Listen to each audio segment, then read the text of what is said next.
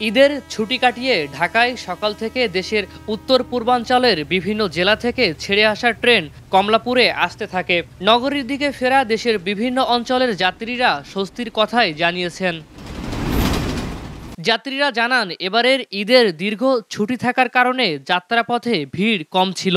যাওয়ার সময়ও নির্বিঘ্নে ভ্রমণ করতে পেরেছেন তারা। একই সাথে ফিরতি পথেও ট্রেনে স্বাচ্ছন্দ্যে ঢাকায় ফিরছেন।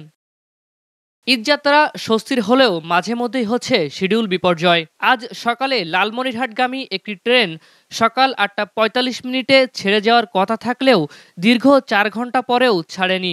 এতে অস্বস্তিতে পড়েছেন ট্রেনের যাত্রীরা।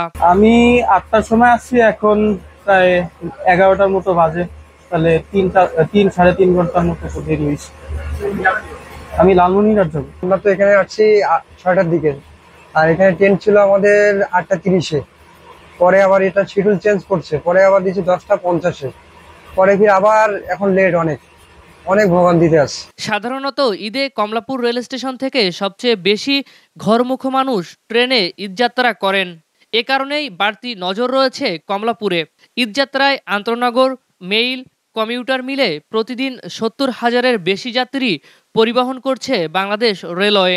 মোটামুটি আলহামদুলিল্লাহ, অন্যান্য বছরের চাইতে বছর মোটামুটি মানুষ স্বস্তিতে যাওয়া আসা করতে পারছে। যেরকম আগে অন্যান্য ঈদে যেরকম যাত্রী ছিল, এবার একটু কমেই মোটামুটি একদম ফুলফিল ভাবেই আসা যায়। কোনো রকম হয়রানি, কোনো রকম হেনস্থা হয় না, একদম সুন্দরভাবে রিল্যাক্সে আসা যাওয়া করা।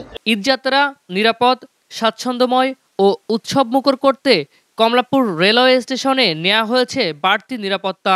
টিকিট কাউন্টার, প্ল্যাটফর্ম সহ সব জায়গায় র্যাব, পুলিশ, আনসার সদস্যদের পাশাপাশি রেলওয়ের নিজস্ব নিরাপত্তা বাহিনীও ছিল। ফারিজুল ইসলাম, ভিউজ বাংলাদেশ, ঢাকা।